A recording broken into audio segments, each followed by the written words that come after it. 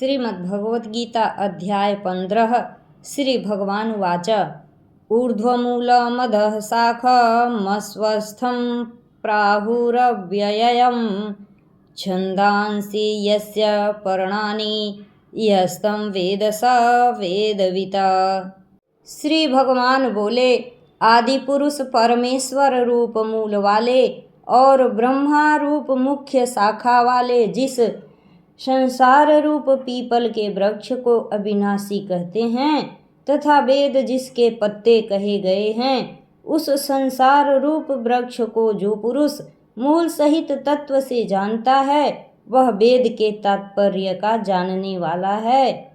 आदि पुरुष नारायण वासुदेव भगवान ही नित्य और अनंत तथा सबके आधार होने के कारण और सबसे ऊपर नित्य धाम में सगुण रूप से वास करने के कारण ऊर्ध्व नाम से कहे गए हैं और वे मायापति सर्वशक्तिमान परमेश्वर ही इस संसार रूप वृक्ष के कारण हैं।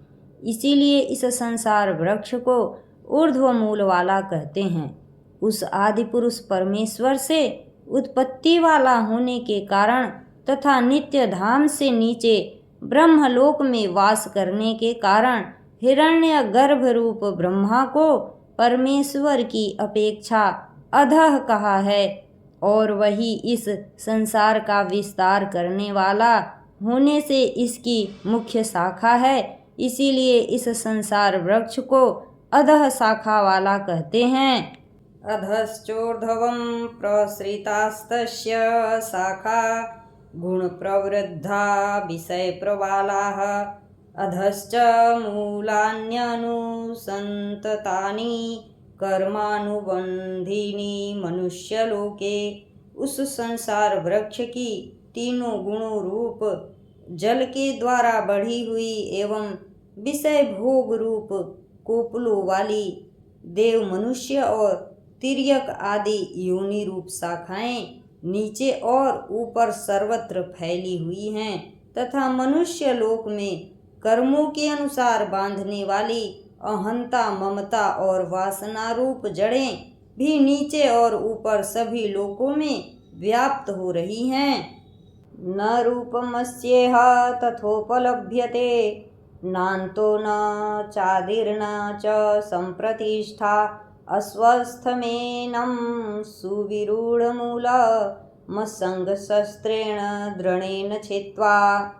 इस संसार वृक्ष का स्वरूप जैसा कहा है वैसा यहाँ विचार काल में नहीं पाया जाता, क्योंकि न तो इसका आदि है और न अंत है तथा न इसकी अच्छी प्रकार से स्थिति ही है।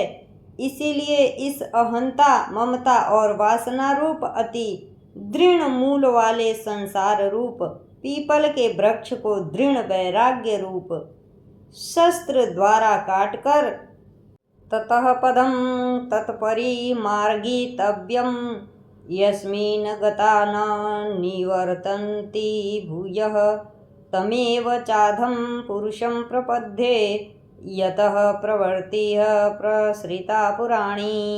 उसके पश्चात उस परम पद रूप परमेश्वर को भली भांति खोजना चाहिए जिसमें गए हुए पुरुष फिर लौटकर संसार में नहीं आते और जिस परमेश्वर से इस पुरातन संसार वृक्ष की प्रवृत्ति विस्तार को प्राप्त हुई है, उसी आदि पुरुष नारायण के मैं शरण हूँ। इस प्रकार दृढ़ निश्चय करके उस परमेश्वर का मनन और निधिध्यासन करना चाहिए।